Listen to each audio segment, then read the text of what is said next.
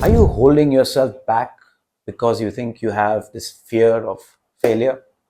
Let me tell you something. You don't have a fear of failure. What you actually have is the fear that someone will watch you fail.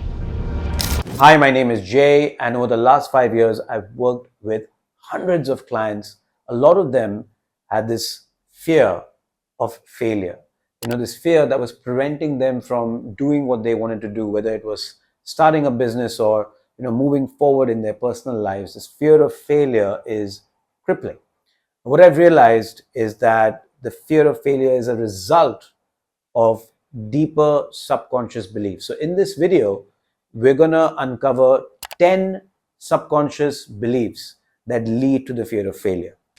When you look at self-sabotage, sometimes it hides behind this veil of responsibility. You look very responsible, you look like you're doing something, you look like you're planning, you look like you're gathering feedback, you're looking for everything to be absolutely perfect. And I think the number one subconscious belief is that there's something like a perfect time. That's a myth. There is no perfect timing to start something. In fact, the perfect time, if there was one, is when things aren't really going well for you, when things aren't completely aligned for you. I remember somebody told me that the best time to start a business is when shit hits the fan. And you're probably thinking, what the hell does that, like, how does that even make sense? Why would you want to take on more responsibility when you're already burdened? Well, the truth is that life is going to throw shit at you whether you like it or not. And if you wait, let's say there is a time in your life where everything is settled and everything is perfect, and now is the time to pursue that passion project, or now is the time to do something that you've always wanted to do. What if shit hits the fan after it? What are you going to do? You're going to shut your business down?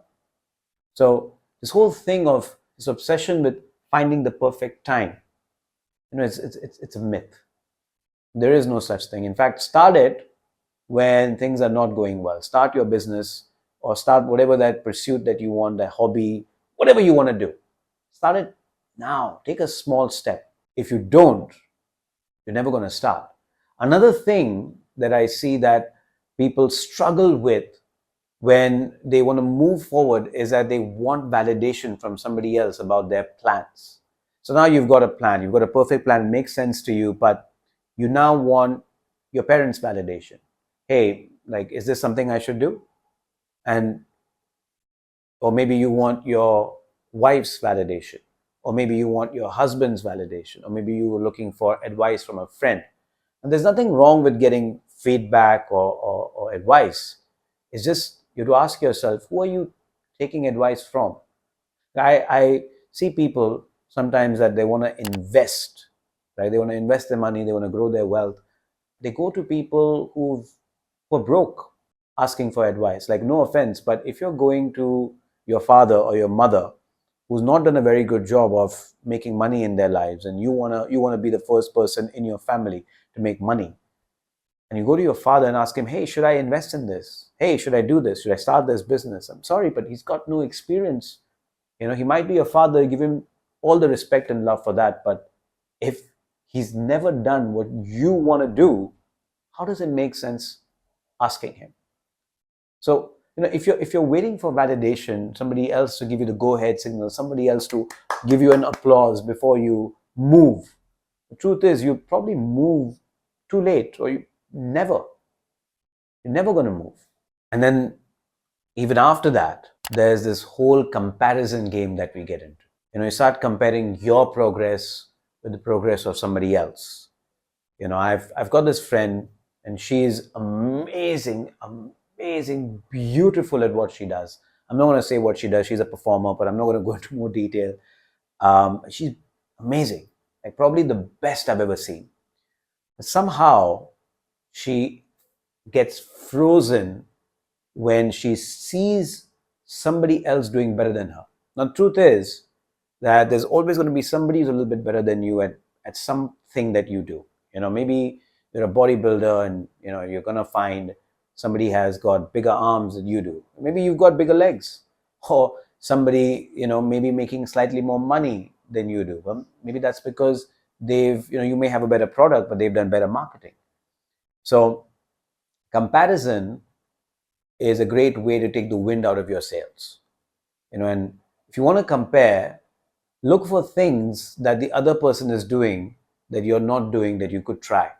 The bottom line is, just because somebody else is doing better because they took action doesn't mean that your action is any worse. It's just proof that action works. The next thing that I see people do is they'll make their wins or their celebrations smaller even after they achieve something. So let me clarify. Like, maybe you go out there and you try something and you have a result. Maybe you go out there, start a business, get your first client. Right now, first thing you do is you start comparing yourself to somebody else who's been in business for much longer and has 10 times your clients. Doesn't make any sense to do that. Comparing yourself with somebody else who's further along, even if they started the same time as you did, is not going to help. Just compare yourself to maybe who you were yesterday, right? Or who you were a week ago, or who you were a year ago, and see how far you've come. That is the only kind of comparison that you need. But let's say that you take action and you have a result. Then another thing that I see is that people minimize their own results. Like they'll say, "Oh, there's no big deal. There's nothing that I could. It's not a big deal. Nothing I did. It was a small thing. It's just minimizing it into something that is insignificant." And when you do that, the problem is that you're telling your mind, the cells in your brain, you're teaching them that you must not be rewarded for action and effort. Don't give yourself any reward. Don't give yourself any praise, right? It's not a big deal. So you're putting in the action, you're putting in the effort, but then you don't get the feedback in terms of praise. You don't let it hit, even when somebody else praises you. Forget about you praising yourself. And so this is really dangerous because you're not completing the feedback loop. You're not doing something and then patting yourself on the back. Like sometimes I have hard days, and it's difficult to show up like this on camera, on YouTube, or on social media. It's difficult. But then, once I do it, I know I'm going to feel amazing because I'm going to pat myself on the back and say, hip, hip, hooray, I did something, took an action. And that's really, really, really important. That brings me to my next point, which is that sometimes progress is going to feel painful. There are days where, no matter what you do, doing the thing that you got to do is painful. It's boring. It hurts. It's frustrating. Sometimes things just go wrong one after the other, and it's painful.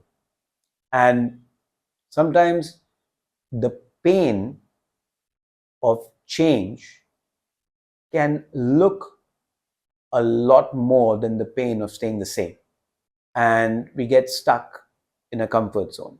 So there are two kinds of discomfort, right? One is a discomfort of staying the same, of not progressing, of not moving forward. That is really uncomfortable. A lot of people that I meet, they want to be financially free. They're very uncomfortable, in the situation that they're in right now, but they're very comfortable in this discomfort that they have. So I think more than anything, people love to be in a familiar environment, even if that familiar environment is uncomfortable for them. And sometimes when you want to break free of your familiarity, you are going to get a bit uncomfortable. This is when your identity starts to shift. So inner transformation, mastery, the work that we do is about changing and rewiring your identity. And the best way to do that sometimes causes a bit of discomfort. People don't want to feel that discomfort. That's the feeling that when you hit that, you know that you're making some good progress. It's extremely important not to chase discomfort, but also not to shy away from it when it appears. Because eventually, when you break through it, you realize that you develop a new identity. And this new identity becomes your new comfort zone. And that's exactly when the thing that you got to do becomes easy. That's exactly when you don't fear failure anymore. And when you have your own comfort zone, remember that you're also going to be impacted by the comfort zones of people around you. So that's the next thing. Sometimes when you have goals or you have dreams, people around you may not believe that those goals or dreams are even possible. If you think about some of the biggest innovators in the world today, you look at somebody like Elon Musk, or you look at somebody like Steve Jobs, people around them, don't really like them. If you've read Steve Jobs' autobiography, people say he was an absolute asshole, but he changed the world with his vision. And I'm not saying that you have to be an asshole to other people. I'm not saying that. But what I am saying is that maybe you have a dream, maybe you have a goal, maybe there's something that you want to do, and people around you just don't believe it's possible because it's out of their comfort zone. People sometimes then shrink their own goals to fit in the mold that other people set for them. And that's a big mistake. I remember when I wanted to start a business, people around me were very skeptical because I come from a family where we lost our business when I was very young. And it was always valued to have a high paying job, a good job, a stable job. That never felt stable to me. That never felt like where I belonged. It just wasn't me. I'm not saying there's anything wrong with the job. If you enjoy what you do, fantastic. But I'm saying whatever your goal is, whatever it is that you want to do, make sure that you are the one deciding what that goal is. It is not impacted and affected by the viewpoints, the beliefs, the comfort zones of the people around you. Because you don't have to please them with your dreams. So your dreams. Don't edit your own goals just so that it can fit into the mold of the people around you. And the deeper wound here is a sense of guilt. Some people I've met, they're conflicted because they want to be successful, but then they don't want that success because they feel that making more money or becoming more famous or becoming more ambitious is going to somehow disconnect them from people or make them look like they are selfish or make them look that they're self-centered or something on those regards. So it creates guilt, guilt of success, and that guilt and that fear that other people are going to look at their ambition, look at their hunger for more, hunger for wanting more money, more fame, or more anything, whatever it is in their, it's a very negative way of putting it, right? You're hungry for money, or your hunger for fame. I don't see it that way at all. you know if you have something that you want to do, that's your potential, right? That's your potential that's crying out from inside. It's a calling that's asking for oxygen. It's asking you to feed it because it exists. It's the potential that exists within you. And don't starve it. Don't starve it because of somebody else's belief that making money is a sin or becoming famous might push you away from people around you. The people who are meant to be with you will be with you, and the people who are meant to be yours will find you. And sometimes when you grow as human beings, you also need to grow your circle, because not everyone is going to move up with you. Some people just prefer the discomfort of, or rather the comfort of familiarity. They just prefer it. And if they prefer the comfort of familiarity, they're not going to move into unfamiliar territory of growth. They're not going to do it. That's part of change. That's part of moving forward. So don't let the boundaries that you have collapse. What do I mean by that? I mean, when you have people around you that you love, sometimes you tend to make decisions based on what they want for you. And you let the boundary between them and you meld. And so now, when there's no boundary, their needs, wants, desires become your needs, wants, desires. At least That's the way it feels. But actually, they're not yours, they're theirs. And your actual needs, wants, and desires go into the background. So don't let that boundary collapse. Fritz Perls, the father of Gestalt psychology, has this amazing quote: I do my thing and you do your thing. I am not in this world to live up to your expectations, and you are not in this world to live up to mine. You are you, and I am I. And if by chance we find each other, it's beautiful. If not, it can't be helped. This is, I think, a great way of maintaining that boundary.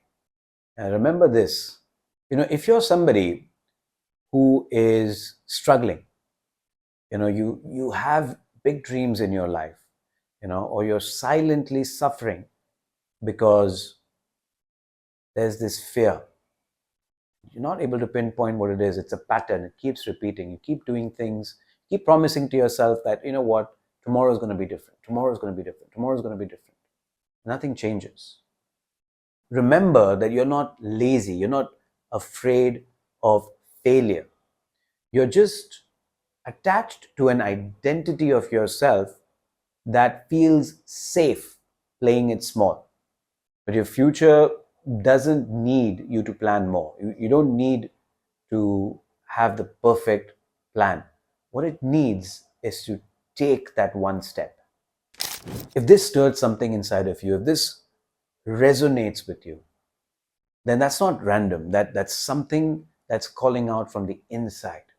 That's your potential calling out for you to actually give it that oxygen. So if this stirred something inside of you, if this resonated with you, here's my invitation to you. If you'd like to go deeper and really uncover the subconscious patterns that you have, the subconscious beliefs, fears, the anxieties, what's really going on, there's a link in the description below. Click on it and it will take you to a page where you can do an assessment. That assessment is absolutely incredible. It will show you more about yourself than maybe even the people closest to you don't know. And it will completely demystify what's going on. And it'll also tell you what you need to do. You can also book a free one-to-one call. Slots are limited, but there is an option of booking a one-to-one call as well. So go on the link, book a one-to-one call if you're absolutely ready to start your hero's journey to overcome the fear of failure, to rewire your subconscious beliefs, face face the fear head on. And if you're ready for that journey, you're ready to build a new identity, to really capitalize on this momentum, this little spark that I hope that you feel after watching this video, and click on that link and book a call, do the free personality assessment test, and of course, like, share, subscribe. Don't forget to subscribe, and I will see you on the next video.